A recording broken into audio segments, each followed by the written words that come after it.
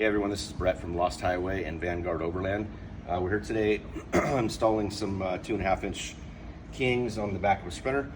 What we're going to do with previous clip, we showed you how these fit into the Van Compass rear shock bolt. Today we're going to put these into the Lost Highway King 2.5 inch King specific rear shock bolt brace. We've been making this for a while. I've said this before, but we were the first ones in the industry to break this bracket that integrates the bolt lock technology. What this is this isn't necessarily a frame brace, more of a bolt retainer kit. What'll happen in a lot of situations on your Sprinter van is if you don't check this bolt or you don't maintenance it, or you switch to aftermarket shocks, sometimes this bolt will back out and become loose in the frame. It's only held in there in single shear method, meaning it's going into a threaded boss into your frame. Once this starts to back out of that threaded boss, it starts to do this, become weak, then it shears off the bolt, leaving you in a bad situation. So what we've done is this bolt will try and hold this up. We're going to do a quick little film here of how this thing goes in, but basically our first plate goes down the frame, goes over the threaded boss, and then you'll put your shock on.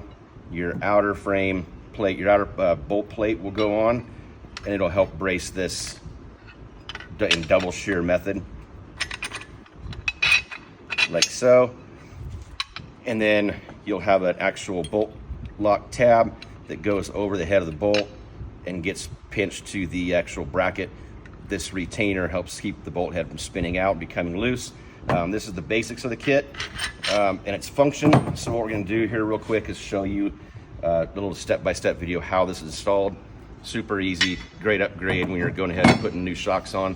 And again, this one is been redesigned here specifically for the 2.5 inch King rear shock with reservoir. So stick around, we're going to go through this as we install it.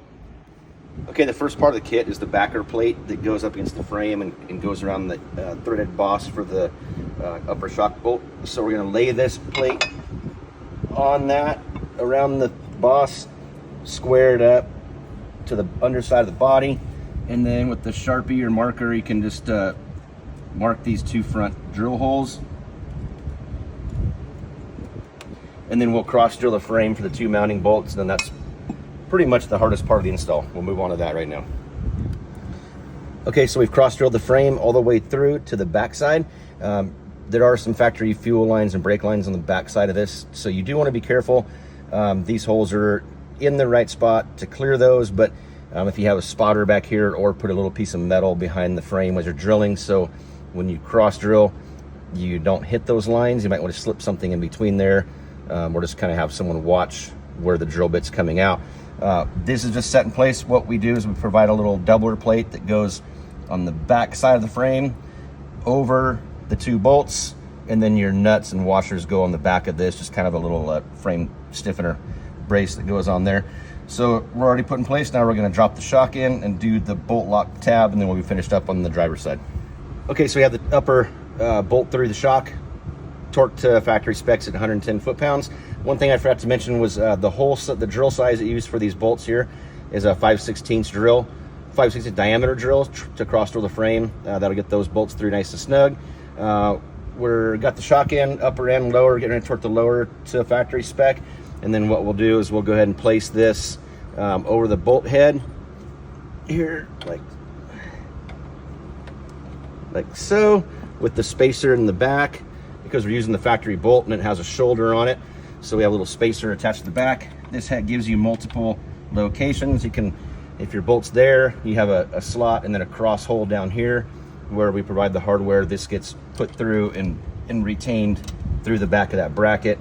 Or you can kind of check your bolt, maybe rotate the guy back up, and you got a hole there. So you have multiple locations of how to bolt the retainer in to the bracket. And again, this whole system is designed to retain the bolt in its torqued location so it doesn't back out and start to shear and break off when you're putting aftermarket or high performance shocks on. So we'll wrap this up and then get some good photos and videos of the rest of the kit for you guys.